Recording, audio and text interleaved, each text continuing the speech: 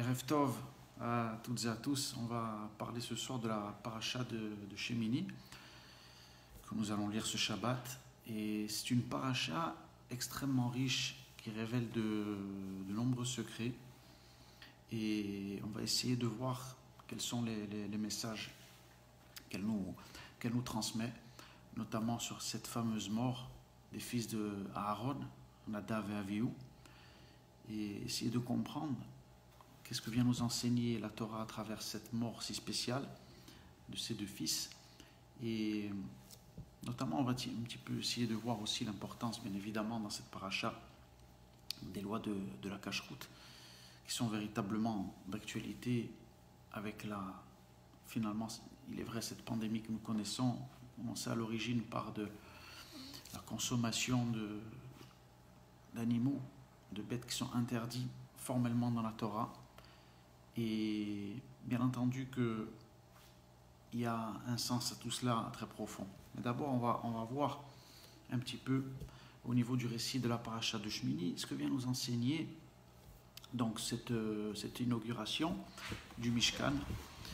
Et on sait que Moshe, dans la paracha précédente, a préparé pendant 7 jours.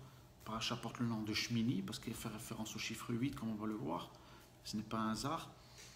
Et Moshe donc a introduit de la meilleure des manières, a voulu faire un arrangement, on va voir, spécial, afin de permettre le service des Kohanim dans le Mishkan.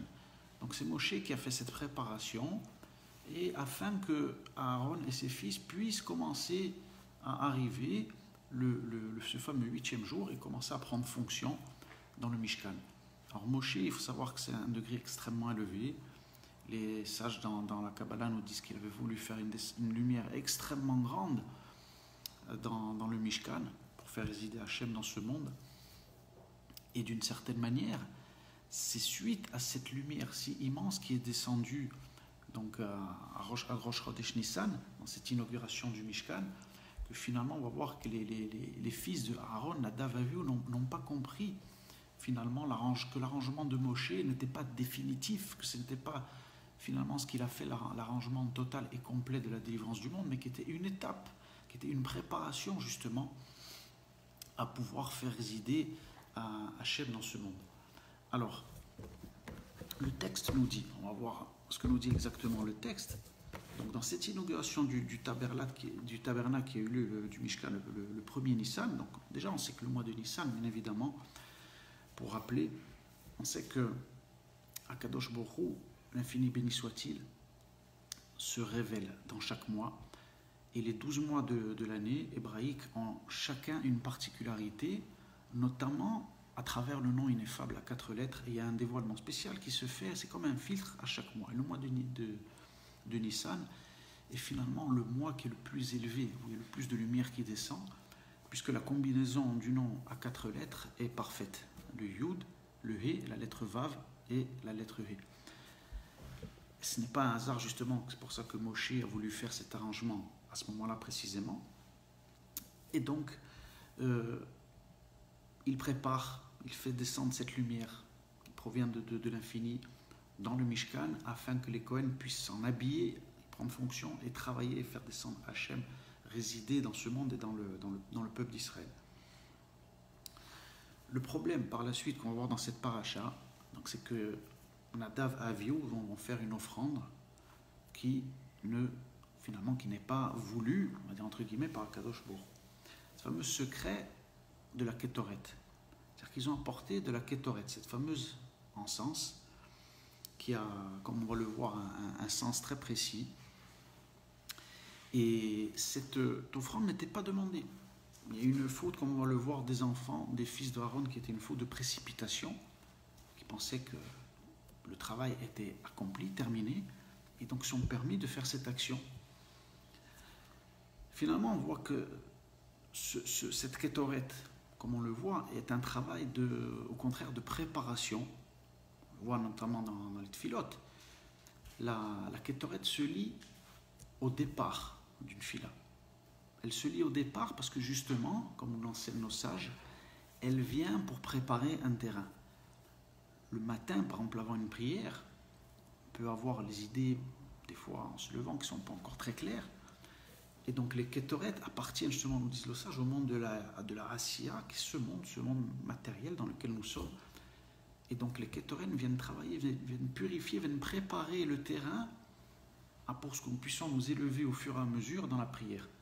Mais les Kétoret justement arrivent en premier, c'est celles qui sont finalement dans le départ de la prière, quand il y a les fameuses corbanotes, avant de monter au fur et à mesure jusqu'au plus haut degré de la prière qui est la Hamida, en passant ensuite, les Kétoret préparent, donc c'est au niveau de la Siya. D'ailleurs, les sages disent que au moment quand nous sommes dans ce degré de la prière, cela fait référence encore justement à l'exil. Parce qu'il faut détruire toutes les mauvaises forces qui peuvent nous venir nous déranger dans la prière. Donc on va lire les Kétoret, qui sont cet encens qui va venir purifier finalement l'esprit avant de se préparer bien à la prière. Quand les Kétoret sont terminés, justement, on va commencer à monter de niveau dans la prière, on va être au niveau de la Yetzira. Et c'est là qu'on va commencer d'ailleurs à faire toutes les louanges, les fameux Télim de David, Alléluia, etc. Et là on dit qu'on est déjà rentré en Eretz Israël, c'est pour ça qu'on chante. On se prépare dans la prière, on monte de degrés, au fur et à mesure, pour arriver finalement aux deux dernières étapes qui sont le monde de la Bria, où on va faire la préparation du Shema Israël, et l'étape ultime qui est la Hamida, qui est le plus haut degré, qui est dans le monde ce qu'on appelle de la Hatzilut, Hatzilut de la racine en hébreu Etzel, Etzelo, qui est le degré le plus élevé pour justement se tenir devant Kadosh Baruch Hu, adresser la prière. Donc on voit que la Kétoret au départ est en premier. Mais l'erreur qu'on fait dans cette paracha Nadav et Avihu, c'est qu'en donnant cette Kétoret, ils n'ont pas compris qu'il y a des étapes pour arriver justement au degré, comme on le voit dans la prière de l'Amida, pour arriver à l'arrangement parfait, pour arriver à la préparation qui nous permet d'avoir une prière la plus propre, il va dire, et qu'on aura le plus, on va être en la condition la mieux possible pour que notre prière soit entendue. Eh bien, il y a des étapes à cela. Et de la même manière qu'il y a des étapes dans une fila pour arriver au plus haut degré qui est la Hamida, eh bien, de la même manière, il y a des étapes dans ce monde pour arriver à ce qu'on appelle la rédemption. Et combien cette paracha extraordinaire dans la Torah, parce qu'elle nous enseigne tous les faux messianismes qu'il y a pu avoir dans l'histoire, toute la fièvre messianique qu'il peut y avoir de vouloir précipiter les choses, de vouloir que Mashiach arrive avant tout. Et finalement, même si les kélim, même si les réceptacles ne sont pas prêts, si le monde n'est pas prêt pour le recevoir. Et là, la Torah nous enseigne, il faut faire attention. Attention de ne pas se brûler. Et les fils d'Aaron se sont brûlés. Ils partaient d'une bonne intention. Ils pensaient que le moment était arrivé où il fallait faire la Géoula, alors que c'était qu'une préparation. Ils se sont précipités et finalement, ils ont brûlé. C'est quoi ce symbole qu'ils ont brûlé ? Parce que la lumière était tellement forte, mais les réceptacles n'étaient pas là pour recevoir cette lumière infinie. Moshe avait fait un arrangement, avait fait une préparation pour le Mishkan, et puis ensuite pour le Beth Amikdash en Eretz Israël, et enfin pour l'achèvement, le Tikkun Olam, la réparation, et que les valeurs divines descendent et font l'arrangement finalement final du monde. Mais c'était qu'une préparation à cela. C'est ça ce que Nadav et Avihu n'ont pas compris, et finalement ont apporté cette Kétoret, d'ailleurs Kétoret qui a la racine qui est proche du mot Kesher en hébreu, qui doit faire le lien justement entre la spiritualité et la matérialité, entre l'infini et le fini. Et donc ils ont amené cette offrande, non voulue à ce moment-là par Kadosh Baruch Hu, parce que tout simplement c'était pas le moment. Tout simplement parce que c'était pas le moment, c'était pas le temps pour. Et bien entendu, ils sont morts à ce moment-là parce que ce qu'ils ont fait, finalement, eux se sont déconnectés de cette matérialité à un moment donné où ce n'était pas encore le temps. Pour vous expliquer un exemple, pour donner un exemple simple, de quoi cela traite. Prenons le cas d'une forme triangulaire, que nous connaissons très bien, puisque le drapeau d'Israël, la Magen David, ce sont deux triangles. Le triangle, dans l'ésotérisme, et surtout dans la Kabbalah, dans nos sages, représente véritablement ce qui va nous donner une indication de ce qui s'est passé. Plus, quand on prend un triangle, on monte dans sa forme la plus haute, cela représente un état, justement, où il n'y a plus de différence à ce niveau-là. On arrive au sommet, et donc il n'y a plus de différence entre la spiritualité, entre la matérialité, entre le masculin et le féminin. C'est-à-dire qu'on est dans l'état de l'unité absolue, on est dans l'informe, on n'est plus dans la forme de quoi que ce soit. Et plus par contre on descend, et plus on arrive dans le monde de la séparation, ce monde qu'on connaît, ce monde du deux qui est lié à...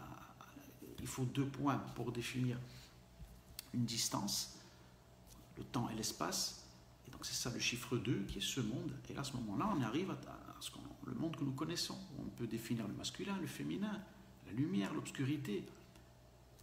Et en réalité, Nadav et Avihu, ils ont pensé qu'avec la lumière immense qu'a fait descendre Moshe à ce moment-là, c'était le moment de se déconnecter de la matérialité. Ils ont brûlé. Là, on apprend des leçons extraordinaires. Et il y a une allusion, bien entendu, que nous savons tous, qui fait référence, bien entendu, à la religion chrétienne, parce que Nadav et Avihu ne voulaient pas se marier, à tel point qu'ils étaient rentrés dans une conception de Géoula. C'était vraiment, pour eux, se projeter à la délivrance définitive. On revient à l'état d'Adam Arishon avant la faute, donc on n'est même plus dans ce monde matériel, nos vêtements sont spirituels, et on n'est plus dans ce monde. C'est ça l'erreur qu'ils ont commis. C'est ça le fait qu'ils ne voulaient plus. Pourquoi? Qu'est-ce que ça veut dire ils ne voulaient plus se marier? Ils n'étaient pas mariés. Parce qu'ils étaient dans une idée, une conception, à un moment donné, quand elle s'est présentée, qui était complètement déconnectée de la réalité et qui n'était pas le temps. Le Zman n'était pas là, ce n'était pas le temps pour penser qu'on pouvait se déconnecter de la matière. Au contraire, Kadosh Baruch Hu, à travers tout ce processus, veut résider dans ce monde et nous demande de faire descendre les valeurs divines dans un réceptacle. Dans un réceptacle qui est ce monde, à travers la terre d'Israël, à travers le Beth Amikdash et à travers les nations du monde. Afin justement d'établir un arrangement et ensuite progresser, bien entendu, et après passer à des niveaux supérieurs à l'infini. Mais au départ, il fallait déjà préparer. Et donc la faute d'Nadav et Avihu, c'est une faute de précipitation et qui a entraîné. La Torah nous parle bien entendu parce que c'est une prophétie et donc ça nous fait comprendre les mécanismes dangereux qu'il peut y avoir. Mais finalement, on regarde dans la religion chrétienne, par exemple, combien de vouloir faire arriver le messianisme il y a 2000 ans a entraîné des catastrophes. Finalement, il n'y a jamais une religion qui a mené plus de malheurs et de catastrophes dans le monde que la religion chrétienne, que ce soit après avec l'Inquisition, tout ce que cette religion a pu emmener, parce qu'au départ, elle a présenté une idée qui était complètement déconnectée de la réalité, et donc comme ça ne fonctionnait pas, ça ne pouvait pas fonctionner bien évidemment, eh bien, il a fallu trouver des boucs émissaires. Bien entendu, ces boucs émissaires, bien entendu, c'était les Juifs, à chaque époque de la génération, où l'Église, au Moyen-Âge, était au pouvoir. Bien entendu, comme l'idée ne pouvait pas fonctionner, était complètement déconnectée du réel, et bien quand ça ne fonctionnait pas, il fallait trouver un responsable. Alors, comment finalement, à partir d'un faux messianisme, de faire croire à l'humanité que la rédemption était là, que le Rédempteur était venu, avait pris toutes les fautes sur lui, que tout était réglé, et le monde était resté dans une phase où il avait encore tout à construire, où il avait encore tout à réparer, où les hommes avaient encore tout à ranger en eux, etc. Eh bien, les hommes, à un moment donné, se sont retournés vers cette religion-là. Ils ont dit, mais qu'est-ce que vous nous racontez? Que Dieu est amour, que si, que là, il y a des guerres, il y a des catastrophes, des souffrances, des trucs. Qu'est-ce que vous nous avez raconté là? Ah, mais c'est pas que c'est nous, on vous dit des mensonges, c'est que, vous comprenez, il y a des forces quand même obscures dans ce monde. Et ça, et les Juifs, ils font, c'est parce que justement, ils n'ont pas reconnu notre truc, etc. Et donc voilà, comme tout au long de l'histoire, ils ont détourné en mentant, en faisant prendre le chapeau, finalement, de leur utopie, de leur schizophrénie spirituelle, servi de peuple juif en 2000 ans d'exil, de bouc émissaire, afin de calmer les foules et de leur montrer, finalement, de leur diriger sur autre chose que finalement leurs propres mensonges qui sont lesquels véritablement ont détourné l'humanité de la véritable source qui est Israël et du véritable message divin. Voilà à quel point la Torah nous enseigne cette paracha que le messianisme doit être quelque chose de construit, de pas brûler les étapes. Et toutes les formes de vouloir faire arriver le Mashiach avant tout, avant son heure, peut être quelque chose d'extrêmement dangereux. D'ailleurs, nos sages nous disent que, par exemple, la sortie d'Égypte, c'était justement une Géoula qui était précipitée, Bechipazon, comme on dit. Mais justement, elle a été faite avec justement un chesed. Le peuple juif n'était pas forcément méritant, puisqu'il était tombé aux 49 degrés d'impureté. Et donc, Kadosh Baruch Hu a fait ça de force, comme on dit. Il est venu d'une main forte, il nous a sortis. Mais il n'y a pas un mérite à cela. Tandis que la Géoula finale, nos sages nous rapportent que Kadosh Baruch Hu veut qu'il y ait une teshuva entière, complète. Que chaque juif aura pris conscience, sera revenu à sa source par son propre travail. Il sera revenu à ce que Dieu attend de lui, il aura réussi à réparer ce que son âme doit réparer. C'est ça le sens qu'il y ait justement des Gilgulim. Les Gilgulim, les réincarnations sont quelque chose d'une miséricorde infinie et d'un amour infini de l'Éternel envers ses créatures. C'est-à-dire que Dieu est capable de renvoyer une personne plusieurs fois dans ce monde afin qu'il réussisse à parachever ce qu'il doit parachever, sa mission. Et non pas, Dieu préserve à ce shalom qu'on attend d'une personne qui vienne pour le faire à notre place. Tout le mensonge, justement, chrétien s'est construit sur une idée comme cela. Quelqu'un venu il y a 2000 ans, il a tout réparé, et donc automatiquement, il n'y a plus rien à faire. C'est-à-dire qu'on a entraîné l'humanité une passivité générale, catastrophique, où finalement, il n'y a plus la volonté de corriger son âme. Il y a quelqu'un qui l'a fait à ma place. Et donc, bien entendu, c'était laisser la place à tout le mal dans le monde. Le mal, entre guillemets, c'est délecté, c'est régalé d'une telle idéologie, d'une telle religion inventée comme ça. Et donc, bien entendu, que cela a amené énormément d'obscurité dans le monde. L'athéisme s'est construit par rapport à cette idée-là. Parce que la racine de l'athéisme, c'est quoi? Ce sont des gens, à un moment donné, qui ont été dégoûtés, écœurés de la religion. Mais la perception qu'ils avaient du divin n'était pas celle de la Torah, du Dieu d'Israël. C'était celle du christianisme en Occident. C'était celle d'un Dieu qu'on a enfermé, en plus, on a enfermé l'infini dans un attribut. On a dit Dieu est EST amour. On s'est permis de dire EST ce qu'il est. C'est au-delà de l'entendement humain, on l'a défini, on a dit il est comme ça. Dieu, il est amour. Alors après, bien entendu, comme j'ai expliqué au début du cours, lorsque dans le monde il y a eu des épreuves, des catastrophes, etc., mais qu'est-ce qu'on nous a raconté? Si c'est Dieu, c'est ça, comment ça se fait que des gens souffrent? Si c'est Dieu, c'est ça, comment ça se fait que si, c'est Dieu que là. Voilà. Et donc l'athéisme est né comme ça. L'athéisme est né comme ça. C'est-à-dire que ça a été la porte ouverte à toutes les fausses idéologies et finalement à des mouvements qui étaient contestataires de cette façon de présenter le divin à l'humanité, et donc a entraîné une révolte. Et donc, entre guillemets, le Satan a réussi son coup de manière parfaite en se servant de qui vous savez pour tromper, pour tenter de... À nous, il a essayé, mais bien entendu, il ne pouvait pas, puisque la Torah, on l'avait reçue, bien entendu, avant que lui arrive, donc il ne risquait pas de nous tromper, parce que le fait qu'il vienne et qu'il fasse ce qu'il fasse, c'était marqué dans la Torah bien avant qu'il arrive. Donc on lui a vite fait comprendre qu'à nous, il ne devait pas nous raconter n'importe quoi. Et on l'a vite fait comprendre que c'était un imposteur, un menteur et tout ce qu'on veut. Mais les nations du monde, étant donné qu'elles n'avaient pas reçu la Torah, alors elles ont été éblouies.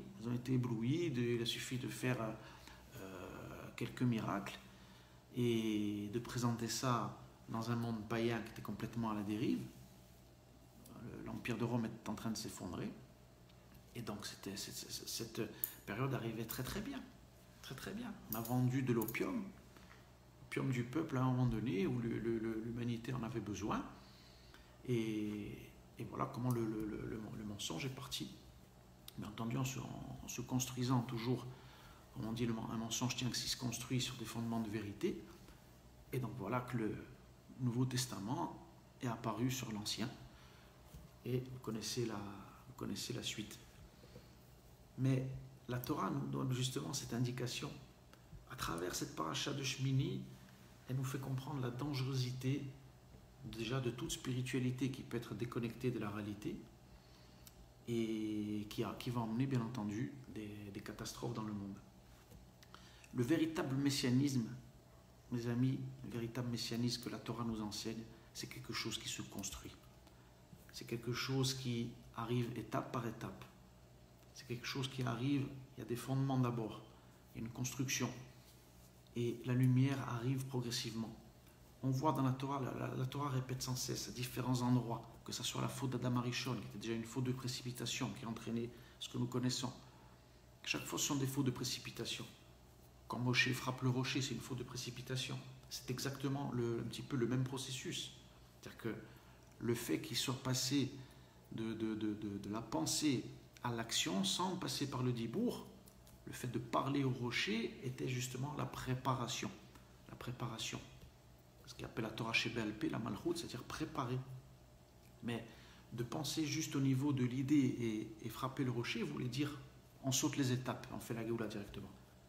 Bam, Kadosh Baruch Hu dit non, il en a hors de question.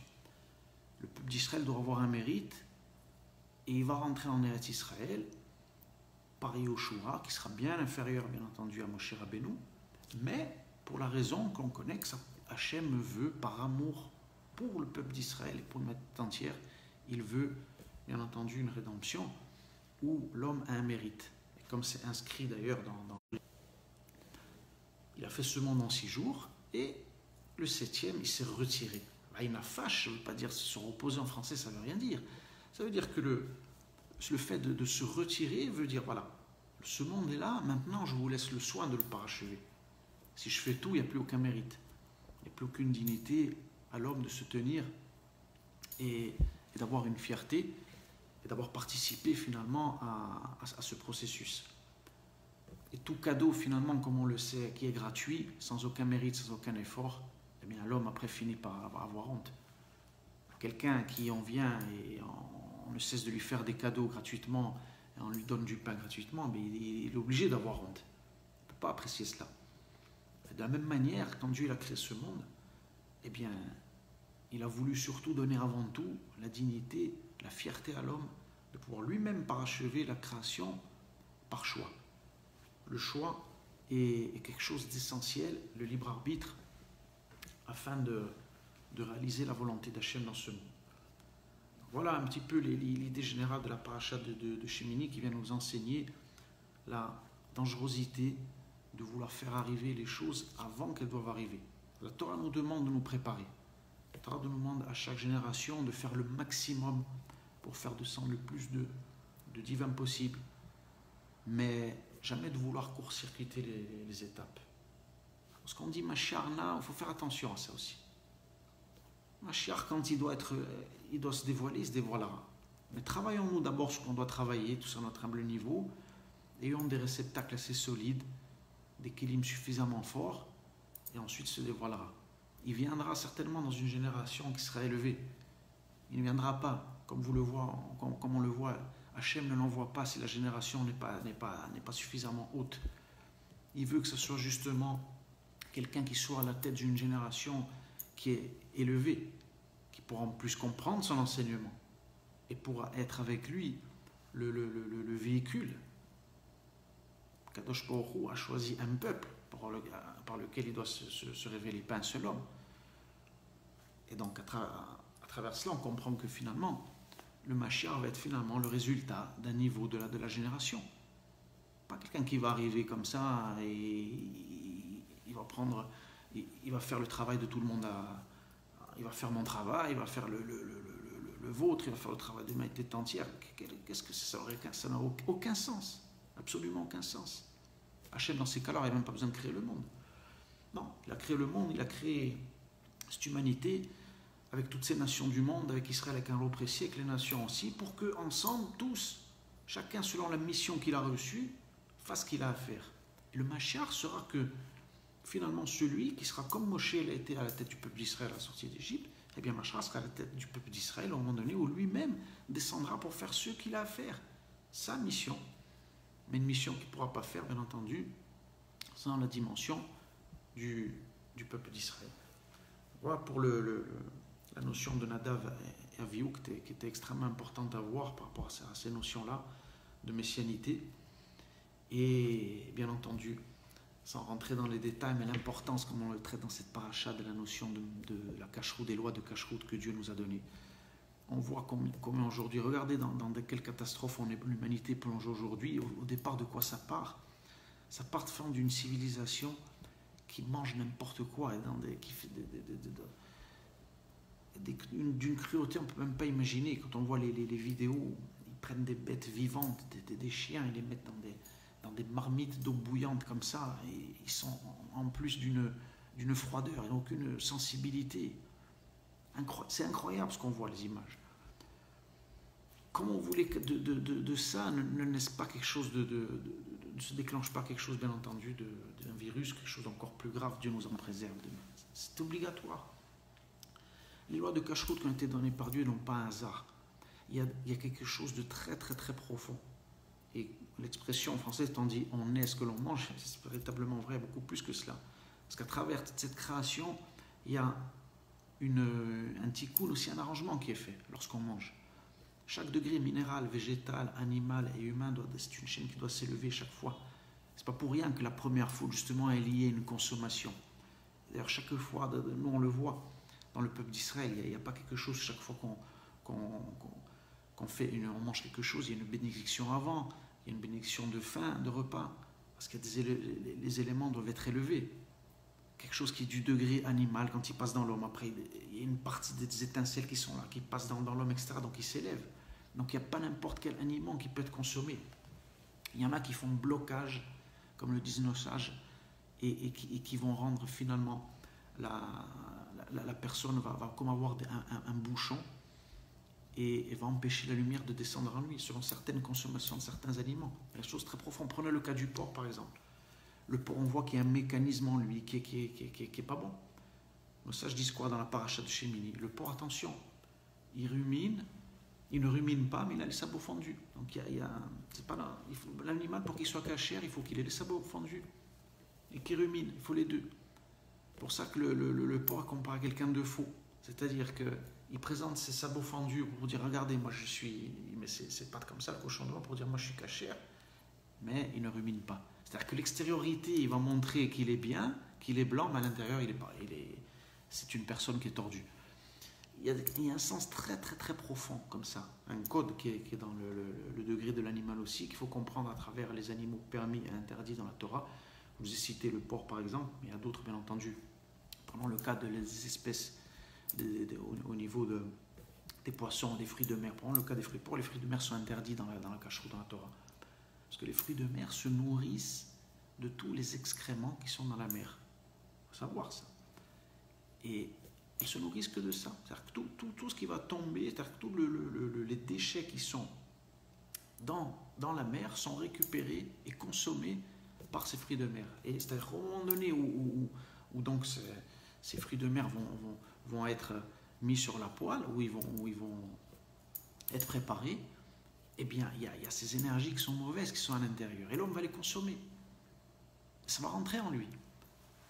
La première qu'on a vue pour le cochon aussi, on voit qu'il y a un problème en lui.